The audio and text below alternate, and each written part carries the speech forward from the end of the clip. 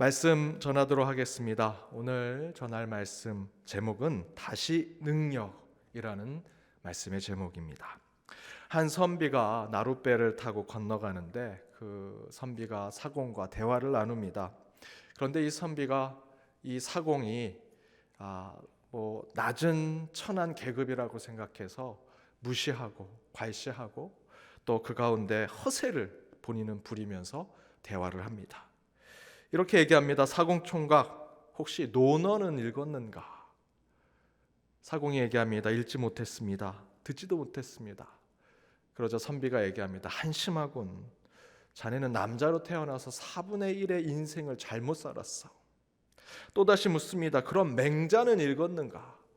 그것도 읽지 못했습니다. 그래? 그럼 당신의 인생의 절반은 헛된 인생을 살았군. 그럼 시경은 읽었는가? 시경이 뭔지도 모릅니다. 그러자 선비가 얘기합니다. 그래? 그러면 자네는 인생의 4분의 삶을 헛된 삶을 살았군. 그러자 조금 있다 강을 건너고 있는 중간쯤에 풍랑이 몰려옵니다. 배가 막 뒤집어지려고 합니다. 그때 거꾸로 사공이 선비에게 묻습니다. 선비님, 혹시 헤엄치는 수영은 아십니까? 수영을 배우셨습니까? 그러자 선비가 이렇게 얘기합니다. 내가 사서삼경 공부하느냐고 수영하는 걸 배우지 못했네. 그러자 그 사공이 선비에게 이렇게 얘기합니다. 그렇다면 선비님의 인생 전부를 잘못 사신 겁니다. 그리고 풍랑이 더 세게 몰아치자 배에서 사공은 뛰어들어 헤엄을 쳐서 육지로 나갔지만 선비는 헤엄을 치지 못해서 그곳에서 물에 빠져 죽었습니다. 세상을 사는데 사서삼경 필요하죠. 사서삼경, 그 지혜를 깨닫는 것 정말 우리 인생에 매우 중요한 것 중에 하나입니다. 때로는 정치도 잘해야 되고요, 경제에 대해서도 잘 배워야 합니다. 인생을 살아가는 지혜를 깨닫기 위해서는 세상에서 얘기하는 학문과 지식을 얻을 필요가 있지요. 그런데 여러분, 지혜와 지식을 얻는 것도 좋지만 이 인생을 살아남을 능력을 갖지 못한다면 그 지혜와 지식은 아무 의미가 없습니다. 풍랑을 만났을 때 그 풍랑 속에서 헤엄쳐서 육지로 갈 수 있는 수영의 능력을 가지고 있어야 합니다. 고난을 만났을 때 고난을 이겨낼 수 있는 진짜 능력을 가지고 있어야 한다는 것이죠. 맹수를 만났습니다. 그 맹수를 쳐 물리칠 수 있는 능력이 있어야만 맹수에게 잡혀먹지 않을 인생을 살아갈 수 있습니다. 우리 영적으로 얘기한다면 귀신을 만났습니다. 귀신을 물리칠 수 있는 능력이 있어야죠. 귀신에 대한 이론을 알고 있으면 뭐합니까? 귀신을 물리칠 수 있는 능력이 있을 때 우리는 살아남을 수 있는 것입니다. 지혜와 지식만을 가져서는 안 됩니다. 그런데 우리는 지금 너무나 쓸데없는 지식과 그 능력만을 자랑하고 헛된 허세만 부리며 살아가지요.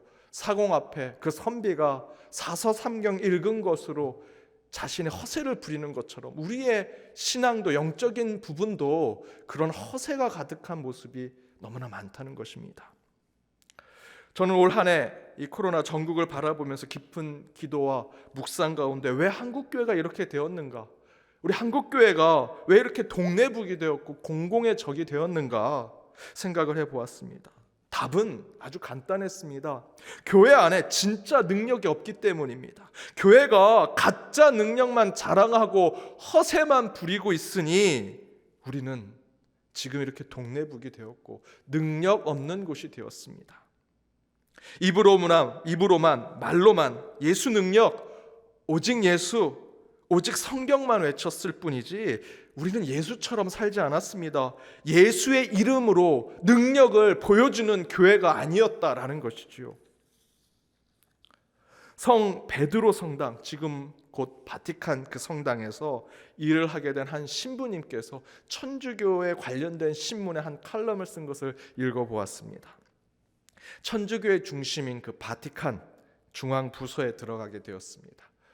그곳은 성 베드로 성당이라고 하죠. 베드로의 이름을 딴 곳입니다.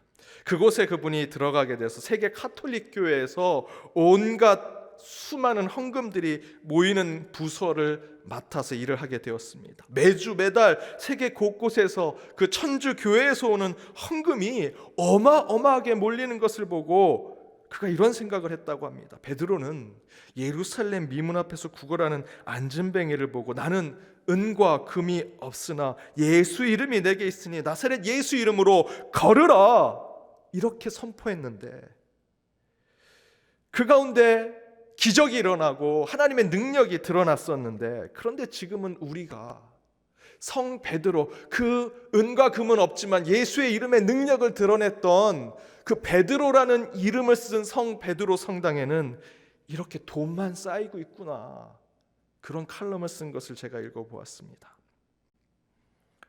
교회가 예수의 이름의 능력을 보여야 하는데 은과 금이 아니라 예수의 능력으로 안진뱅이를 일으켜내는 그런 능력 있는 교회가 되어야 되는데 돈 오는 것에만 은과 금을 오히려 붙잡고 사는 것이 교회가 아닌가 그의 칼럼에 이렇게 쓰여져 있는데 저는 이것이 지금 우리 개신교회에도 똑같은 주는 질문이라고 생각했습니다. 바다 한가운데 풍랑을 만났습니다. 배가 이리저리 휩쓸릴 때 믿음의 선장 되신 예수 그리스도만 의지하고 살아가야죠. 또한 소망의 돛을 높이 세워서 세상 파도와 바람에 딸려가는 것이 아니라 우리가 작정하고 결단하고 하나님과 서원한 그곳으로 가야 합니다. 그곳이 어디입니까? 예수의 방향이라고 말씀드렸죠. 예수의 방향으로 그렇게 올곧게 우리의 인생을 살아가게 될 때 비로소 우리는 그 믿음 가운데 이기는 자, 승리하는 자가 된다라는 것입니다. 그렇다면 우리는 타협해서는 안 됩니다. 일로 갈까 저리 갈까 타협해서는 안 되죠. 예수의 방향으로 바로 그 좌로나 우로나 치우치지 아니한 오직 예수의 방향으로 가는 자들이 되어야 합니다. 교회와 우리 세상과 다를 바 없는 삶을 살아간다면 절대로 전도할 수 없고 선교할 수 없습니다. 우리가 세상과 비슷해지고 세상과 타협하고 세상과 거래하면서 세상 사람들과 거의 유사하게 되면 우리가 세상 사람들을 많이 교회로 끌어오고 그들을 구원할 수 있을 것이다 라고 생각하지만 교회의 역사를 보면요 오히려 교회의 역사는 거꾸로 된 역사를 우리에게 보여줍니다.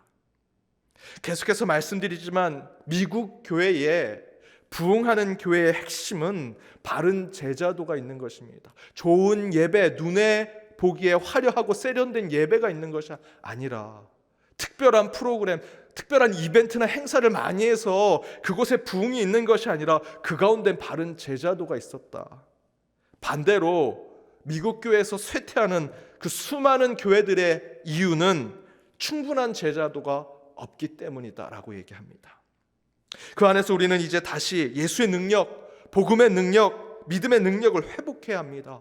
베드로, 요한처럼 우리에게 세상이 좋아하는 은과 금, 세상의 재능, 화려한 어떤 것은 없지만 그것을 좀 더 우리가 가지고 있어서 화려하게 교회를 보이고 믿는 사람들이 부자가 되고 성공하는 것으로 그 사람들을 전도하고 선교해 볼까라고 하는 타협과 거래의 모습이 아니라 우리에겐 그런 은과 금이 없습니다. 세상의 재능은 없습니다. 라는 것으로 진짜 우리의 능력을 회복해야 하는 것이죠. 그것은 바로 오직 예수, 그 예수의 이름을 다시 회복하는 것이다 라는 말씀입니다. 나사렛 예수 이름으로 명하노니 우리에겐 은과 금이 없을지라도 오직 예수 이름으로 걸으라 라고 하는 예수 이름의 능력을 회복하는 것, 바로 그때 교회는 다시 회복될 것이고 우리의 신앙도 다시 설 수 있을 것이라고 저는 믿습니다. 이에 대해서 다시 회복할 능력을 두 가지로 여러분과 함께 나눠보고자 합니다. 그 첫 번째는 회개의 영을 통해 예수의 능력을 다시 회복하는 것입니다. 회개의 영을 통해 다시 우리의 삶을 회복하는 것. 회개할 때 우리는 능력을 얻을 수 있습니다. A.W. 토저 목사님은 이렇게 얘기합니다. 예수님은 의사를 위해, 농부를 위해, 저술가를 위해, 노동자를 위해, 화가를 위해, 공학자를 위해, 교수를 위해, 불황자를 위해, 사장을 위해, 음악가를 위해 또는 벌목꾼을 위해 돌아가신 것이 아니라 타락한 인류를 위해 돌아가셨습니다. 너무나 당연한 얘기고요. 우리가 다 아는 이야기인데 매번 놓치고 있는 것이죠. 예수님은 죄인을 위해서 왔고요. 그 안에서 저와 여러분은 여전히 죄인이라는 것입니다. 목사든 장로든 높은 직분을 가지고 있던 신앙의 연수가 긴 사람이던 세상의 어떤 위치를 가지고 있던 우리는 예수님의 구원의 손길, 주님의 십자가, 그분의 보혈이 필요한 자들, 필요한 죄인이라는 것이죠. 예수님의 첫 번째 외침은 회개하라, 천국이 가까이 왔다라고 하는 것이 예수님의 첫 번째 외침이었습니다. 그리고 예수님의 근본적인 사역은 죄인된 우리를 구원하시려고 이 땅에 오셨다라는 것이죠. 그렇다면 우리가 예수의 능력을 다시 회복하려면 그 첫 번째 우선순위가 되었던 그분의 첫 번째 외침, 그분의 근원적인 사역의 목적대로 회개하는 자, 변화되는 자가 되어야 한다라는 것입니다. 다시 예수의 방향으로 배를 타고 가는 저와 여러분을 한번 상상해 보십시오. 유유히 흐르는 바다를 따라 향해를 하다가 큰 풍랑을 만났습니다. 파도와 바다에 휩쓸리면 그대로 배는 파산하고 말 것입니다. 그때 우리는 다시 능력을 회복해서 그 풍랑을 거슬러 뚫고 가야 하죠. 어떻게 그렇게 갈까? 요나서를 보면 성경에 그 방법을 가르쳐 줍니다. 요나서를 보면 풍랑을 만난 배에서 사람들이 제비뽑기를 합니다. 그리고 배에 필요 없는 것들을 버리기 시작하죠. 짐도 버리고요. 나중엔 사람도 뽑아서 사람도 버립니다. 요나서를 읽어보면 요나가 제비뽑기에 결정이 돼서 요나를 바다에 던져버리지요. 풍랑을 만난 배는 배 안에 무겁고 방해가 되는 것을 버리는 것입니다. 바다에 버리는 것입니다. 바로 그것은 우리에게 회개를 깨닫게 해줍니다. 풍랑을 만난 인생 속에 우리가 예수의 방향으로 우리의 목적지를 우리 인생에 결정한 그곳으로 어떻게 갈 것인가 라고 했을 때 무엇인가 버려야 한다는 것입니다. 회개가 바로 이것을 의미합니다.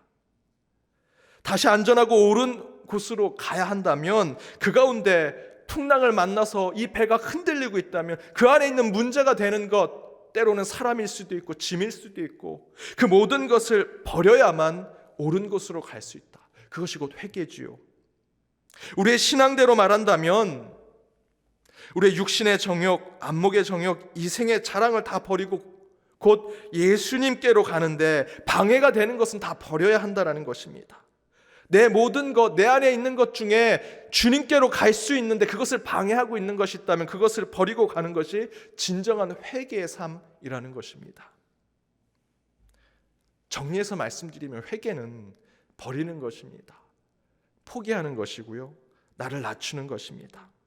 다시 능력을 가지기 위해서는 세상 기준과는 다르게 우리 믿음의 여정에선 내가 가지고 있는 잘못된 것을 버리고 포기하고 그것을 낮춰야만 예수의 방향으로 가게 되고 그 가운데 우리는 다시 능력을 회복할 수 있다는 것입니다.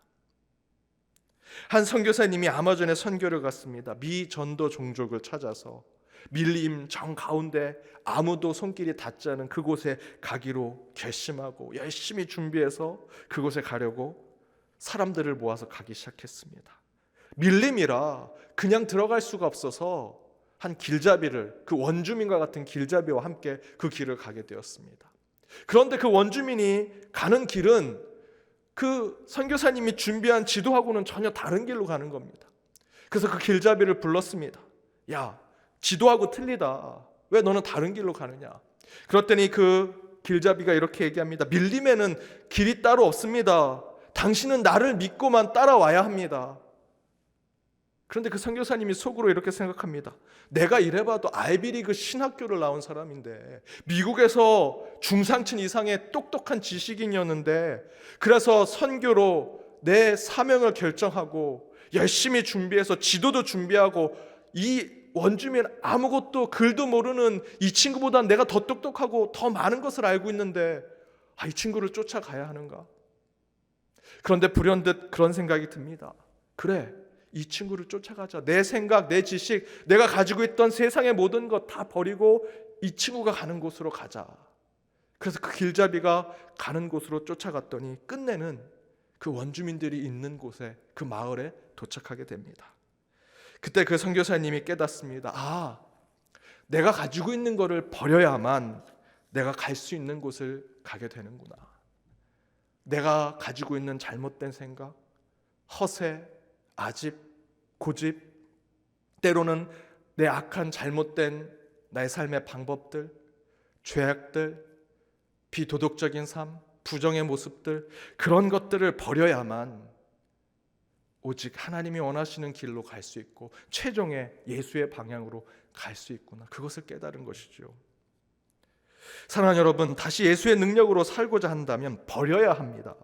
믿는 자들에게 버리고 포기하며 내려놓는다는 것은 곧 우리에게는 회개라는 것입니다.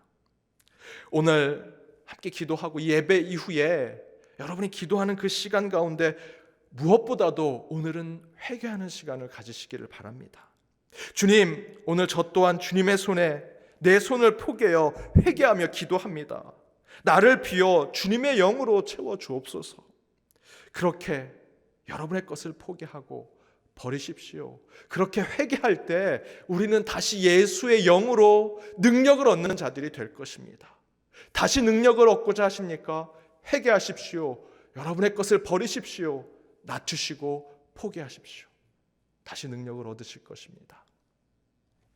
두 번째는 말씀을 통해 예수의 능력을 회복하자라는 것입니다. 말씀을 통해 예수의 능력을 다시 회복하는 것. 오늘 본문 말씀에 이렇게 증거합니다. 하나님의 말씀은 살아있고 활력이 있어 좌우의 날선 어떤 검보다도 예리하여 혼과 영과 및 관절과 골수를 찔러 쪼개기까지 하며 또 마음의 생각과 뜻을 판단한다. 저희는 이 말씀의 능력을 회복해야 한다는 것이지요. 말씀이 글자와 활자가 아닙니다. 살아있는 것이에요. 우리 믿는 자들에게는 성경 말씀의 이 글자는 활자와 글자로 치부되지 않습니다. 이 말씀을 읽을 때 이것은 살아 움직여서 우리의 믿음을 움직이게 하는 것이죠. 말씀이 검이 되어 쪼개고 나누며 잘라내는 능력을 가지고 있다고 증거합니다. 그리하여 말씀은 우리의 생각, 우리 마음의 생각과 뜻, 영과 혼을 각성하게 하고 그 가운데 말씀의 능력이 무엇인지 깨닫게 한다라고 하는 것이 오늘 본문의 말씀입니다.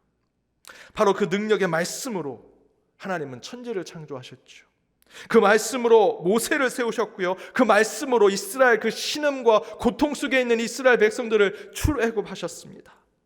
말씀으로 병을 고치시고 말씀으로 귀신을 쫓아내시며 태초에 말씀이 계신다라고 하는 표현으로 말씀으로 세상을 만드셨고요. 사람을 변화시키고 그 말씀으로 이 세상의 모든 것을 운행하고 계십니다. 말씀이 그 능력이라는 것입니다. 제가 유학 중에 중등부 교사 때, 중등부 사역자 때 가르치던 제자가 있었습니다. 근데 유학 중에 그 친구가 성인이 돼서 제게 이메일을 보냈습니다. 그 이메일의 내용이 본인이 신학교에 가게 됐다는 것입니다. 그런데 신학교에 가게 된 이유가 저 때문이라고 얘기합니다. 제가 그 친구에게 너는 신학생이 돼야 돼, 신학교에 가야 돼 라고 얘기했다라고 그 이메일에 쓰여져 있었습니다. 근데 저는 기억이 나지 않습니다. 그 친구가 어떤 친구인지는 알겠는데 제가 중등부 사역자 때 그 친구 기억하는 건 맨날 전도 목사님 저를 찾아와서 햄버거 사달라고, 떡볶이 사달라고, 뭐 사달라고만 얘기하는 친구였지, 그 친구가 무슨 신앙이 깊어서 야 너는 꼭 신학교 가라 이렇게 얘기한 게 기억이 나지 않습니다. 그런데 그 친구는 제가 너는 신학교 가야 돼, 신학생이 돼야 돼 라고 한 얘기를 잊지 않고 대학 때 신학교를 들어간 겁니다. 그래서 제가 답장했습니다. 야 나는 기억이 나지 않는다. 내가 언제 너를 신학교 가라고 했냐 라고 답을 쓰면서 축하한다고 보냈습니다. 그랬더니 그 친구가 이렇게 얘기합니다. 목사님은 저를 햄버거, 떡볶이 사준 것만 기억하시지만 저는 분명히 목사님이 제게 신학교 가야 된다고 말씀하셨어요. 이렇게 얘기하셨죠.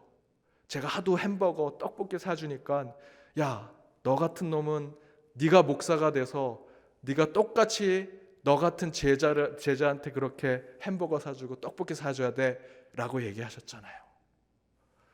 저는 그 기억이 나지 않습니다. 저는 분명히 그렇게 얘기한 게 그 친구가 정말 신앙이 좋아서 믿음이 좋아서 신학생이 되라고 한 게 아니라 요놈 골탕 좀 먹어봐라.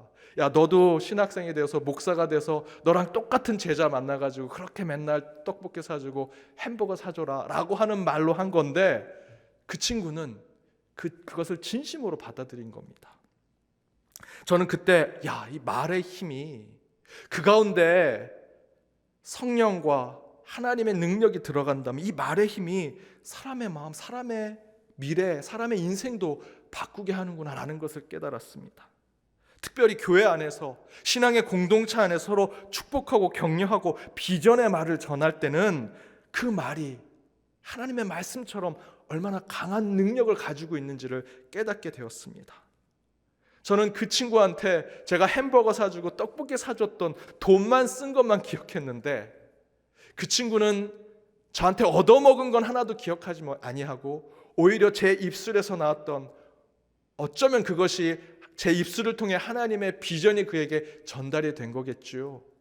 너는 신학생이 되어야 된다 라는 것을 그 마음에 품고 그렇게 성인이 되어서 신학대학교를 가는 것을 보았습니다. 여러분, 예수의 능력을 회복하기 위해서 우리는 말씀의 능력을 먼저 회복해야 합니다.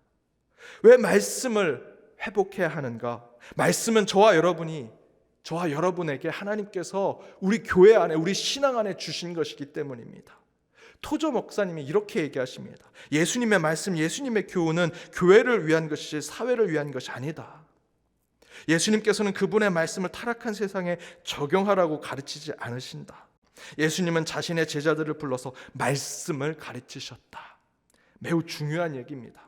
여러분, 하나님의 말씀이 대통령에게 임하지 않습니다. 하나님의 말씀이 유명한 스타들, 유명한 사람들, 교수들, 지식인들, 그들에게 전해지는 것이 하나님 말씀이 아닙니다. 하나님의 말씀이 능력으로 임하게 되는 것은 저와 여러분, 하나님의 백성들, 주의 사람들, 신앙의 공동체, 함께 신앙을 나누는 성도들과 그리스도인들에게 하나님이 그는 내 아들이다, 내 딸이다 라고 부르는 그 하나님의 자녀들에게 하나님의 말씀이 임한다라는 것입니다. 제가 햄버거 점원에게 너는 커서 목사가 될 거야 라는 것은 전혀 능력 없는 이야기입니다. 왜 그렇습니까? 토조 목사님의 말씀대로 능력의 말씀은 교회를 위한 것입니다. 하나님의 자녀들을 위한 말씀입니다. 따라서 지금 이 자리에 있는 저와 여러분, 우리에게 하나님께서 말씀이 전해진다면 그 말씀은 분명히 우리에게 능력이 될 것입니다. 하나님이 주시는 말씀은 반드시 하나님을 믿는 자들에겐 세상을 이길 능력이 되는 것입니다.